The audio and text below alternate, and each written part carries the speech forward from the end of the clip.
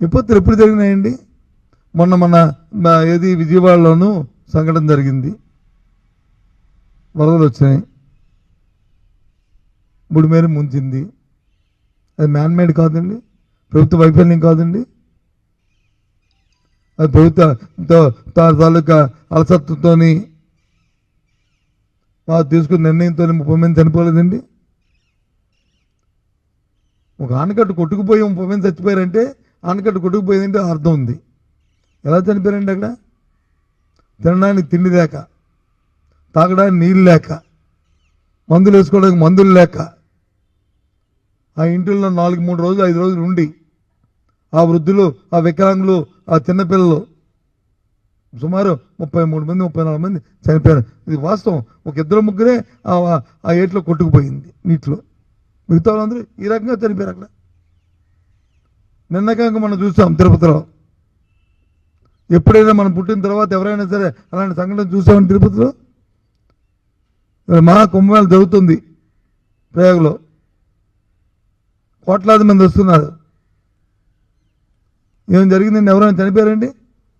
After all 20,000 మంది వస్తే, 30,000 మంది వస్తే 6 చనిపోతే అది ప్రభుత్వంతో అలసత్వం కాదండి?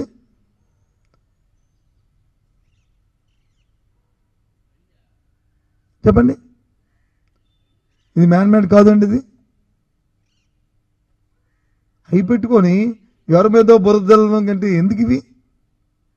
బురద జల్లే ముందు 1 వేలు చూపెట్టే ముందు 4 వేలు మనం చూపెడుతున్నాయి.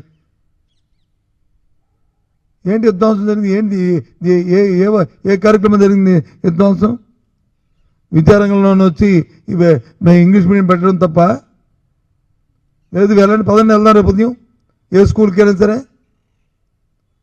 మిడ్ డే మీల్స్ వచ్చి అప్పుడు బాగుంది అప్పుడు బాగుంది పిల్లల్ని అడుగుదాం, పదండి.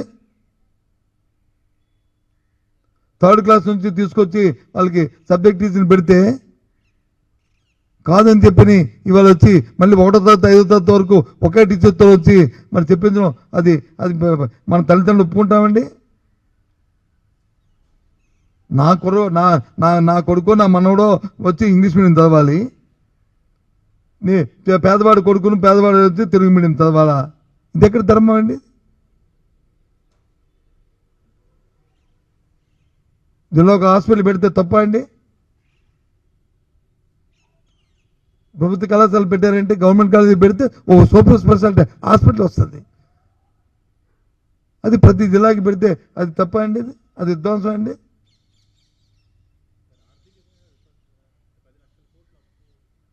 చెప్పాను 10 లక్షల కోట్ల అప్పు కాదు కాదు కాదు అని 10 సార్లు మేము చెప్పిన తర్వాత కూడా వాళ్ళు ఇచ్చిన లెక్క ప్రకారం కాదు కదా. మన అసెంబ్లీ జరిగింది, మీ అందరూ ఉన్నారు కదా, చూశారు కదా టీవీల్లోనూ. నేను అన్ని లెక్కలతో అన్నింటిలో వాళ్ళు ఇచ్చిన లెక్కలే వాళ్ళు చూపెట్టాను కదా. 6,54,000 కోట్లు, సుమారు 7 లక్షల కోట్ల రూపాయల లెక్కనే వచ్చిందని చెప్పాము. ఏది ఇంక్లూడింగ్ 2004 నుంచి రాష్ట్ర విభజన జరిగిన 14 నుంచి జరిగిన దాంతో కలిపి ఎక్కించి చూస్తే అంతా కలిపితే 3,75,000 కోట్లు 4 లక్షల కోట్ల లోపల ఈ ప్రభుత్వం మా ప్రభుత్వం ఉన్నప్పుడు అప్పు తీసుకొని అది చేసి అందులో 2,70,000 కోట్ల రూపాయలు డైరెక్ట్ బెనిఫిట్ ద్వారా ప్రధానికి ఇచ్చాం. ఈ ప్రభుత్వం వచ్చిన తర్వాత ఈ వాటికి వచ్చి 7 నెలలు అయింది.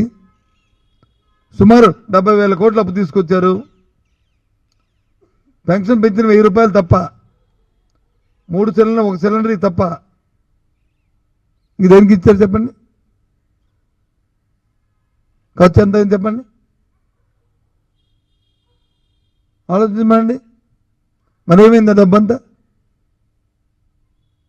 నేను రోజు చూశాను, పండగ ముందు వచ్చి పాత బకాయిలు ఇస్తానంట, అది వచ్చి ప్రజలకు వచ్చి ఇది ఇస్తున్నట్టంట.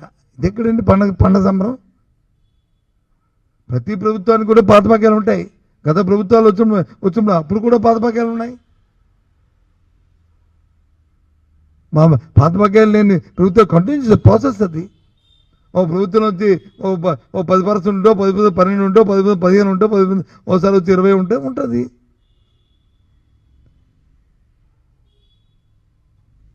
అందులో ఏమైనా అవినీతి జరిగితే, అందులో ఏమైనా అన్యాయకాంతమైతే, అందులో ఏమైనా డైవర్సిఫైల్ అయితే దాన్ని చూపెట్టి దాని మీద ప్రభుత్వాలు వచ్చి చర్యలు తీసుకోవచ్చు. తప్పు కాదు. నాడు నేడు ప్రోగ్రాం జరిగింది, స్కూల్స్కి వచ్చి ఇన్ఫ్రాస్ట్రక్చర్ క్రియేట్ చేశారు. ఒకవేళ అందులో ఏం తప్పు జరిగిందో ఇంకో కరెక్ట్ పదండి, స్కూల్లో చదివితే చూడండి, తప్పు చేసి చర్య తీసుకుని తప్పు ఏం కాదు. ఆ రోజు ఉన్న అధికారుల మీద అధికారంలో ఉన్న నాయకుల మీద తీసుకుని తప్పు కాదు. It's okay, fine, no objection. కాదన్నా కూడా ఎవరికి హక్కు కూడా లేదు. కానీ ఆ స్కూల్లో ఆపేస్తే ఎంత అందంగా ఉన్నాయండి ఇవి, ఆ ప్రోగ్రాము. సరే, ఏ గవర్నమెంట్ వచ్చినప్పుడు ఆ గవర్నమెంట్ తాలూకు విధానాలు ఉంటే ఆ విధానం ప్రకారం వాళ్ళు వెళ్తారు. కానీ మంచి జరిగిన దాన్ని చేయాలి కదా, మంచి కార్యక్రమాన్ని. అది మీ అమ్మాయి అడుగుతుంది. ఇవాళ డిఏపీను పొటాషియం దొరకట్లేదంటే ఊర్లోనూ రైతులు ఏ విధంగా దాని నుంచి రేపు దిగుబడి తక్కువ వస్తుంది. రేపు ఎందుకురా నా కర్మరా ఈ జొన్నలు వేసామని అనుకోవచ్చు. ఇప్పుడు మన జిల్లాలో వరి తర్వాత ఇప్పుడు వరి కూడా వేయడం మంది జొన్నలు వేసేస్తున్నారు. చెరుకు మానేసి జొన్న వేస్తున్నాము. చెరుకు ఫ్యాక్టరీలో తగ్గిన తర్వాత వైబుల్ కాదని, ఇది వాస్తవం కదా అందరికీ. ఏదో అవసరమో టైం టు టైం అధికారులు ఉన్న నాయకులు, అధికారులు దాన్ని రివ్యూ చేసుకుని దాని మీద ఫోకస్ చేసుకుని ముందుకెళ్ళాలి. వాళ్ళకి తెలుసో తెలియదని నేనేమీ డైరెక్షన్ ఇవ్వట్లేదు, నా అభిప్రాయం చెప్తున్నాను. నేను డైరెక్షన్ ఇవ్వడానికి వచ్చి వాళ్ళకంటే నేనేమి ఇది కాదు అది కాదు. ఎవరు తెలివితేటలు అనుకుంటే, ఎవరు ఆలోచనలు అనుకుంటే, ఎవరు విధానం అనుకుంటుంది.